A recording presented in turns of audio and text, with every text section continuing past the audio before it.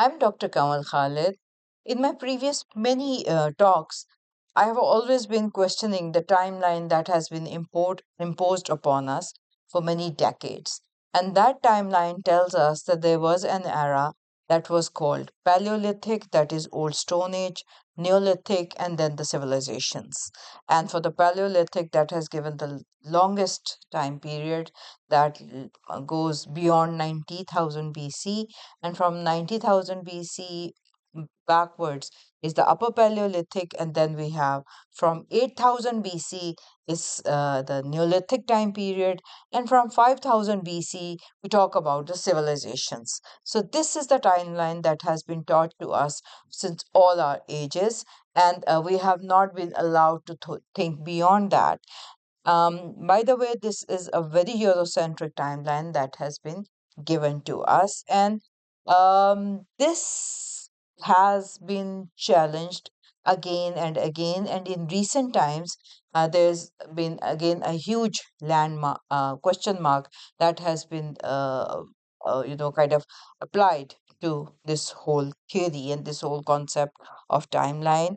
Um, these raised questions needs to be addressed and talked about, and apart from archaeology, there are many other resources that needs to be explored, which are not the orthodox um, concepts of research, but we need to consider them, and that includes the paintings, poetry, literature, artifacts, folklores, and folk songs, etc., that have not been considered as reliable sources of defining the timeline.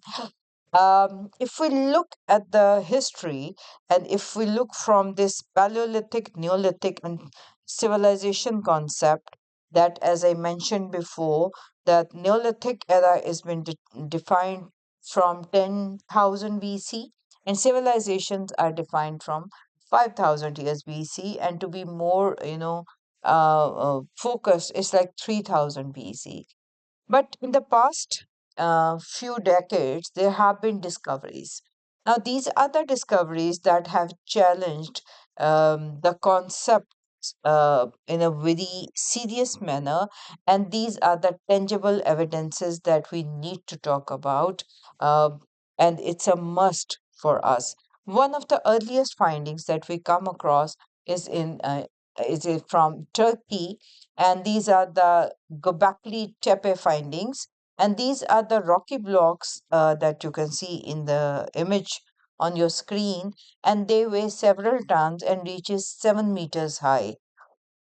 According to the C14 radiocarbon dating analysis, they are like 11,000 years old.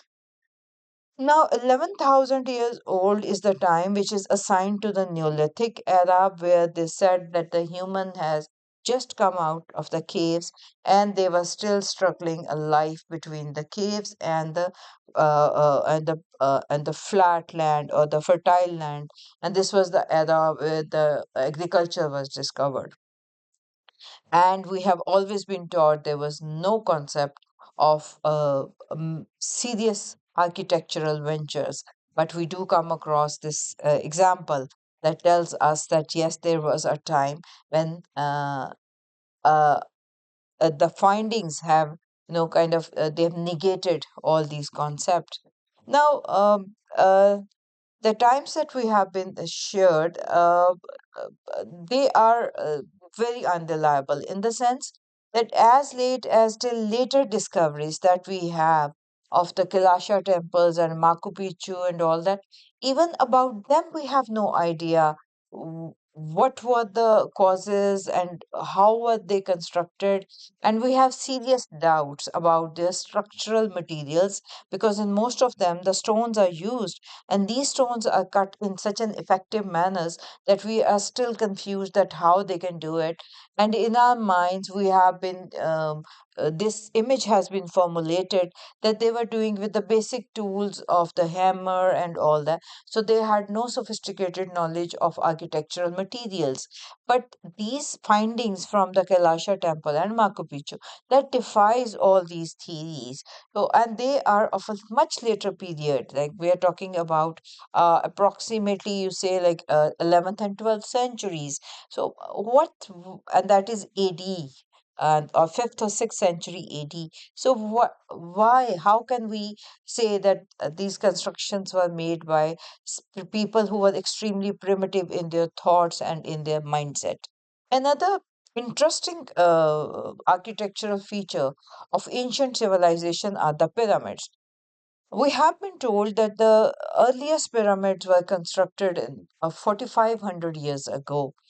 Um, but there are further findings that tell us that this was not the case, and a very interesting discovery comes from the on an island in West Java, Indonesia, and they came across a monument that is been named as Gunung Padang. My pronunciation, it can be wrong, but this is Gunung Padang, and this has a pyramid shape that you see here. And this was revealed, particular pyramid was revealed by an interdisciplinary team of archaeologists, geophysicists, and geologists. And they included a very key man, and that was Danny Hillman. Now, this whole excavation team belonged to Indonesia's National Research and Innovation Agency, and then they wrote a paper that was published in October 2023. In that paper, the author Danny Hillman writes. The pyramid originated as natural lava hill before being sculpted and then architecturally enveloped now this is very important, between 25,000 and 14,000 BC. So we are talking about a pyramid that was being formulated in somewhere between 25,000 to 14,000 BC. And this makes this Padang at least 16,000 years older than the Egyptian pyramids.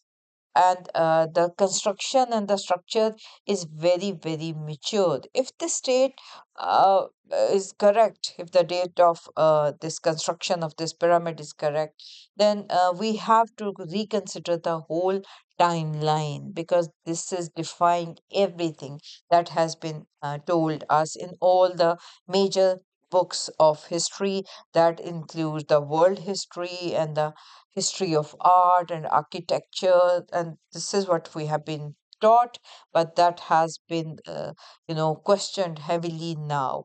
Another thing that has really interested me is that in all these excavation, locals were not much involved. So it was mostly the Eurocentric expeditions that were led by either the French archaeologists or the British archaeologists, and the archaeologists from European countries. But now the local archaeologists have also started talking about it and writing about it. Recently, there has been a huge debate and discussion about this particular pyramid of Khafra at Giza, and there have been discussions that how uh, some researchers using synthetic aperture radar found eight colossal cylindrical structures perfectly aligned in pairs, and they are 648 meters beneath the pyramid, and they are approximately 38,000 years old. This thing was revealed in the mid of March, and from then on, the whole social media is buzzing with this information, and there are lots of theories that have been presented. But overall, at the end of the day, the officials denied these theories completely, and these findings were completely ignored, just like the findings in the Turkey or Indonesia and in so many other parts of the world. Here, I'm not saying that this the city under the Sufra's pyramid is authentic and 100% accurate. But not only this, there are so many other findings that have been rejected completely in the name of logic and reason, and they have never ever been considered to be even to do even the research about them, and even their research have been shut down, the fundings have been stopped, and so many things have been done just to avoid just to avoid the research point of view of these findings. On the other hand, this European calendar that has been imposed upon the humanity for the past almost more than 300 years, that rejected all the local regional calendars, such as the calendars of the Sumerians, of the Chinese, and the Hindu concept of yug. A yug, an era, which is a word derived from a local word, yoke, that means connected. So that theory has also been rejected, and these calendars have never been considered, and they were declared the calendars of the natives and the people who had no idea and concept about the time. I mean, this is something very strange.